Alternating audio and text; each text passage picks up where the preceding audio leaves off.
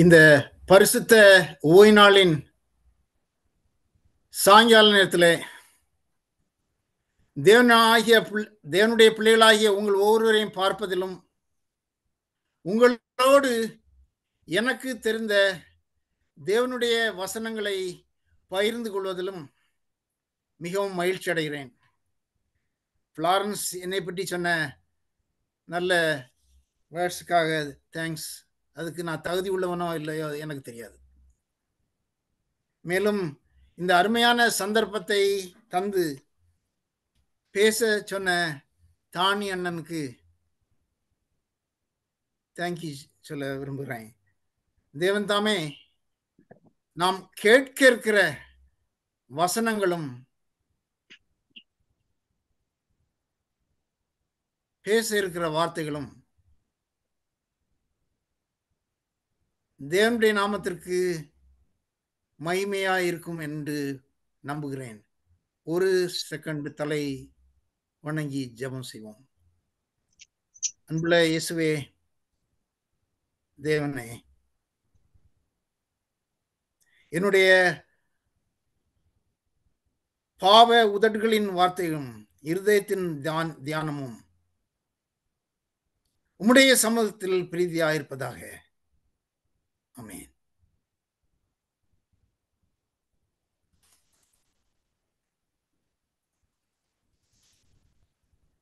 நான் ஒரு கிறிஸ்தவன் என்று சொல்லிக் கொள்கிறேன்.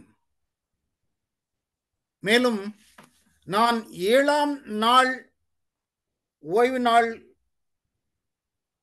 சபையின் அங்கத்தினன் என்று சொல்லிக் கொள்கிறேன். சொல்லிக்கொண்டு செவன்த் டே அட்வென்டிஸ்ட் சர்ச்சுக்கு எல்லா சனிக்கிழமைகளையும் செல்ல முயற்சிக்கிறேன். முடிந்தவரை என்னால் மற்ற வேலைகளை செய்யாமல் தேவனுடைய வார்த்தையை வாசிப்பதும் பாடல்களை பாடுவதும் ஜெபம் செய்வதும் சமயம் செலவழிக்க முயற்சிக்கிறேன். யாத்திராகமம் 20ஆம் அதிகாரம் 8ஆம் வசனத்தை யாரும் எடுத்தா தயவுசெய்து வாசிங்க. யாத்திராகமம் 20ஆம் அதிகாரம் 8ஆம் வசனம்.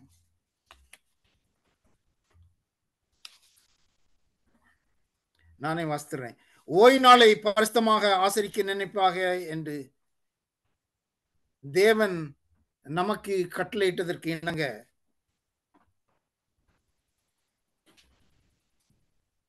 நாம் இந்த ஓய்வு நாளை ஆசரிக்கிறோம். இந்த கற்பனை நாம் அனைவரும் சிறு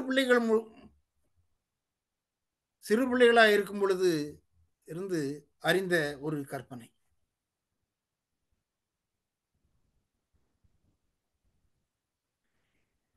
ஆலயத்திற்கு சென்று பாட்டு பாடுவதும் ஜெபம் செய்வதும் அவருடைய வார்த்தையை கேட்பதிலும் வருகிற சந்தோஷம் அது தனி. அது நாம் உணரும் பொழுது நாம் அறிந்து கொள்வோம்.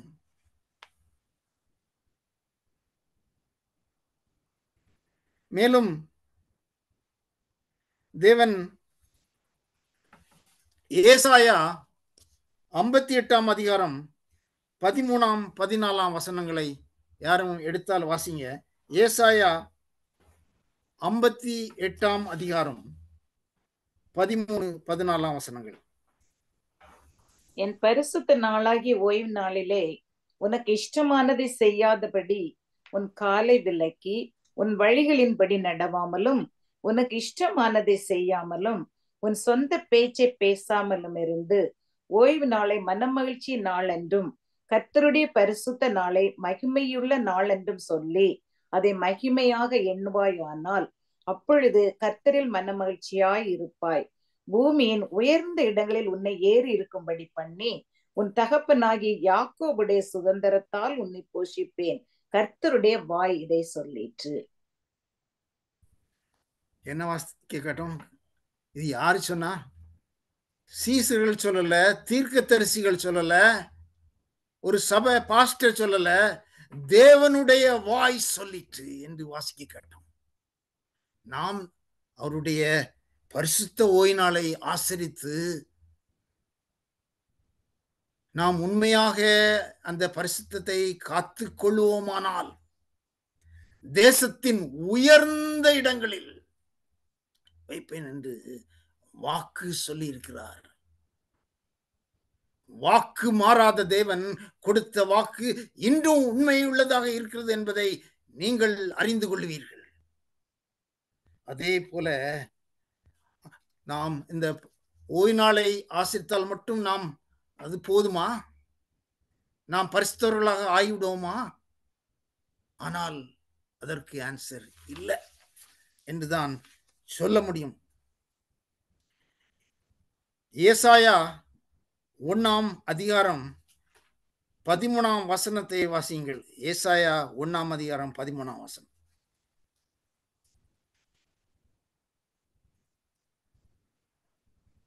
இனி வீண் காணிக்கைகளை கொண்டு வர வேண்டாம். தூபம் காட்டுதல் எனக்கு அருவருப்பாய் இருக்கிறது. நீங்கள் அக்கிரமத்தோட ஆசரிக்கிற மாத பிறப்பையும் ஓய்வு நாளையும் சபை கூடுதலையும் நான் இனி சகிக்க மாட்டேன். என்ன சொல்றாரு?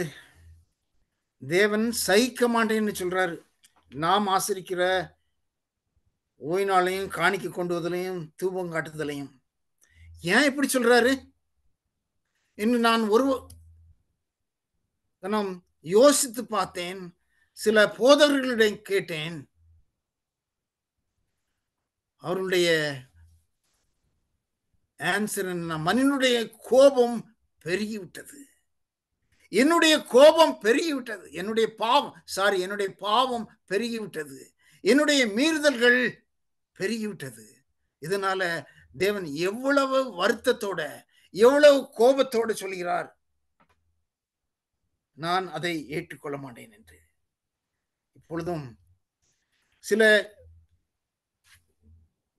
நாட்களில் 24 மணி நேரம் பிரேயர் லைனை கூப்பிட்டு பிரேயர் பண்ணுவது எனக்கு வழக்கம். சில நாட்களில், சில நேரங்களிலே சகோதரர்கள் ஆன்சர் பண்ணுவாங்க, சில நேரங்களில் சகோதரிகள் ஆன்சர் பண்ணுவாங்க. அப்படி ஒரு 3 மாசம் இருக்கும். 3 மாசத்துக்கு முன்னால இந்த 24 hours பிரேயர் லைனை கூட்டு பிரேயர் பண்ணுன்ட்டு யோசித்து பிரேயர் கூட்ட பொழுது அடுத்த சைட்ல இருந்த பிரேயர் பண்ண காத்து கொண்டிருந்த சகோதரி என்னிடம் கேட்டாங்க, எனக்கு குடிப்பழக்கம் உண்டா? புகை படிக்கிற பழக்கம் உண்டா? விக்கிரக ஆராதனை செய்யறது உண்டா? இனி கொஞ்சம் கேட்டாங்க. நான் இந்த பழக்கம்லாம் எனக்கு இல்லை. நான் ஒரு கிறிஸ்தவன். நான் ஆலயத்துக்கு செல்வது வழக்கம். ஆலயத்துக்கு செல்கிறேன். மேலும் அந்த சகோதரி சங்கீதம் 51 அதிகாரம் முதல் வசனத்தை நாம் இப்பொழுது ஸ்கிரிப்சர் ரீடிங்ல வாசிக்க கேட்டோம். அழகா அதை திரும்பி வாசிக்க முடியுமா? சங்கீதம் 51 அதிகாரம் 1 வசனம்.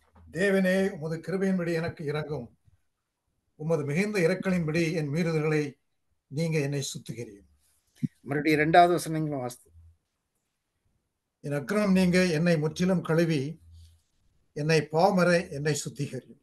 3வது வசனம். என் மீறுதல்களை எல்லாம் வாசிங்க.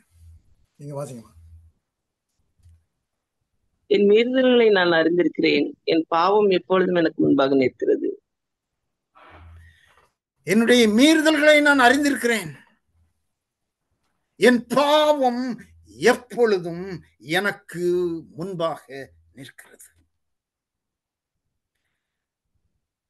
எவ்வளவு அவசியம் பாருங்க. 2வது வசனத்துல வாசித்தபடி, என் அக்கிரமம் நீங்க என்னை முற்றிலும் கழுவி என் பாவம் மற என்னை சுத்திகரியும் என்று நாம் எவ்வளவு தூரம் அவரோடு ஜெபம் செய்ய வேண்டியது மிகவும் மிகவும் அவசியமாக இருக்கிறது. மேலும் 6ஆம் வசனத்துல, இதோ என் உள்ளத்தில் நான் உண்மையா இருக்க விரும்புகிறீர். 7ஆம் வசனம், நீர் என்னை ஈசோப்பினால் சுத்திகரியும், அப்பொழுது நான் சுத்தமாவேன். என்னை கழுவியரும் அருளும், அப்பொழுது நான் உறைந்த மலையிலும் வெண்மையாவேன். அனு தினமும் நாம் காலையிலே எழுந்தவுடன் நமது வாழ்க்கையை தொடங்குவதற்கு முன்பதாக, தேவனே நல்ல நித்திரையை தந்தீங்க, அதற்கு உமக்கு துதி சோஸ்திரம் எடுக்கிறேன். இந்த நாளை ஒரு பாவம் இல்லாத வாழ்க்கை வாழ எனக்கு கிருபை செய்யும், உதவி செய்யும் என்று நாம் தேவனோடு கேட்கும் பொழுது, தேவன் நாம் பாவங்களை வெறுத்து பாவங்களுக்கு விலகி ஒரு நல்ல கிறிஸ்தவ வாழ்க்கை வாழ நமக்கு கிருபை செய்வார் என்பதில் எந்த சந்தேகம் இல்லை. மேலும் கலாத்தியர்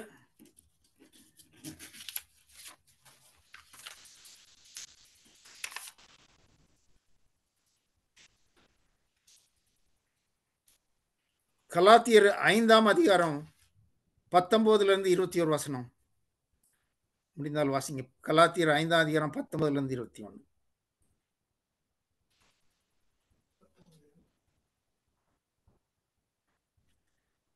கலாத்தியர் 5ஆம் அதிகாரம் 19 21.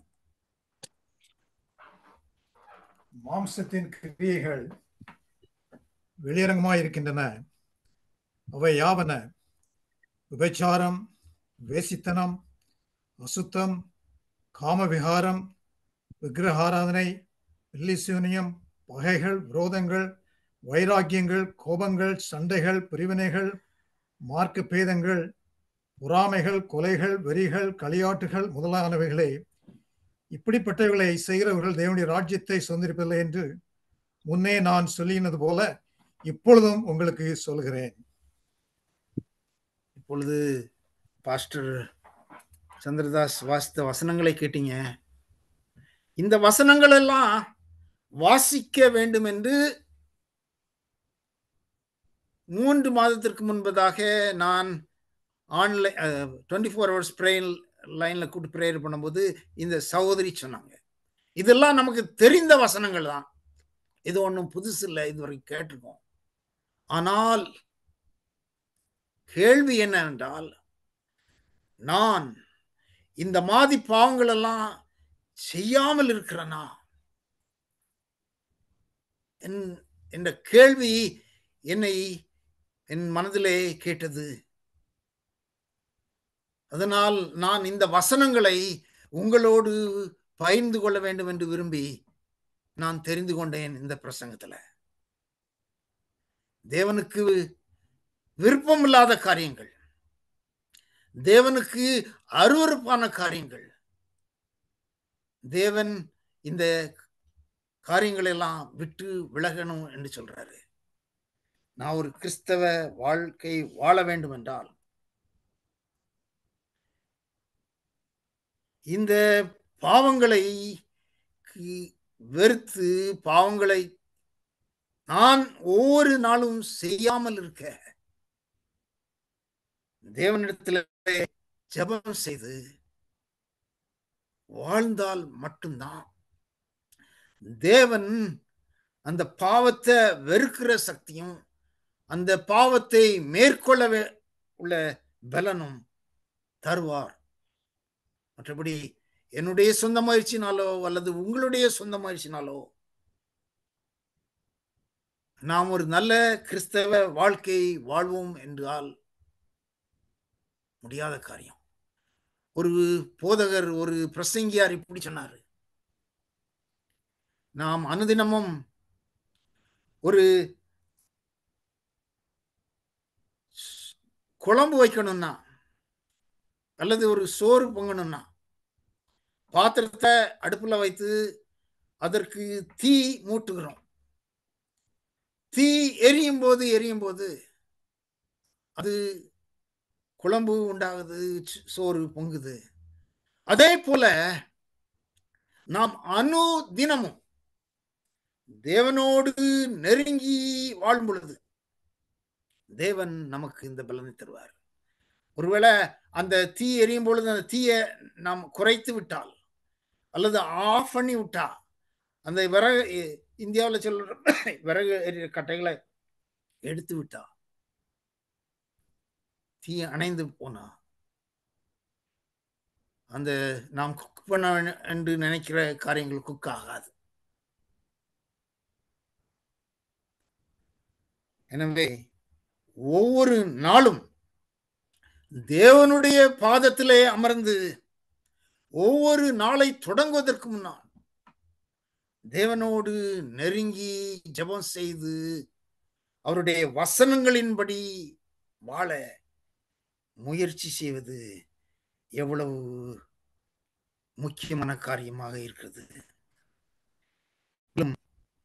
மத்தேயு 5ஆம் அதிகாரம் 3ஆம் வசனத்துல மலை பிரசங்கத்துல தேவன் என்ன சொல்கிறார் என்பதை நாம் வாசிப்போம். மத்தேயு 5ஆம் அதிகாரம் 3ஆம் வசனத்தை வாசிங்க.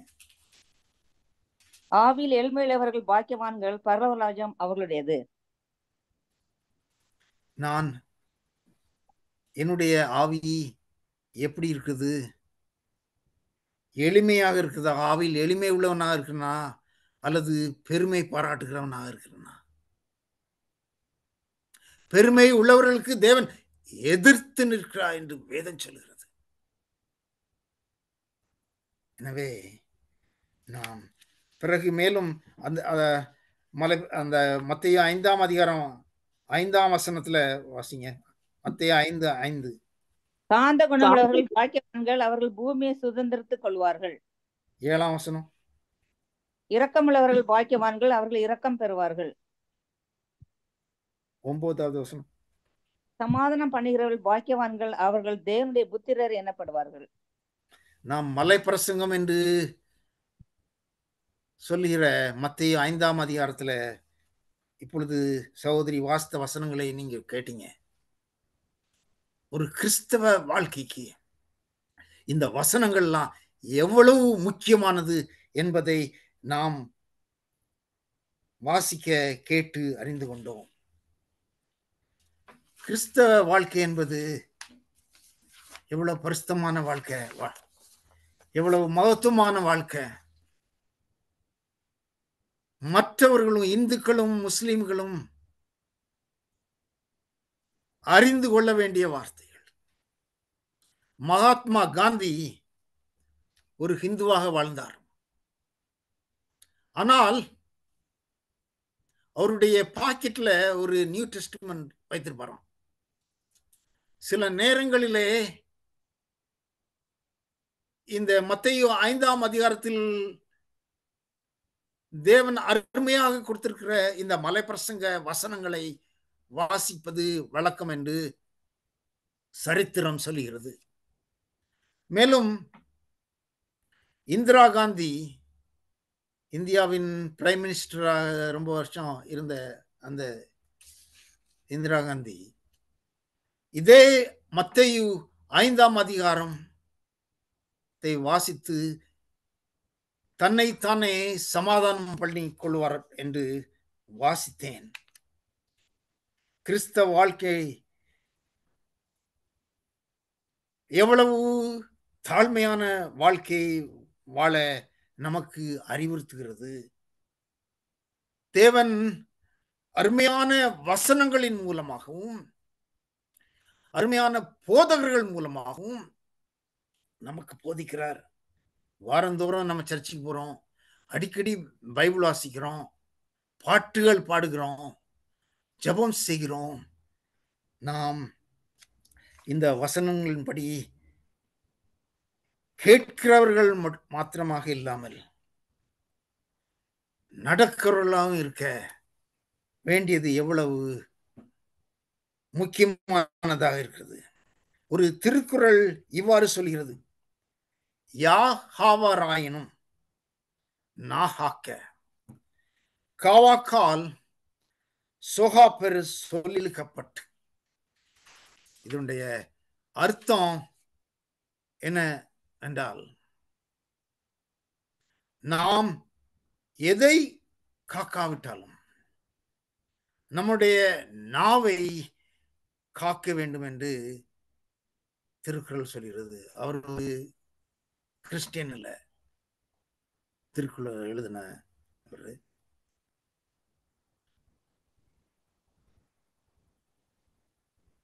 ஆனால் எல்லாவற்றுக்கும் மேலாக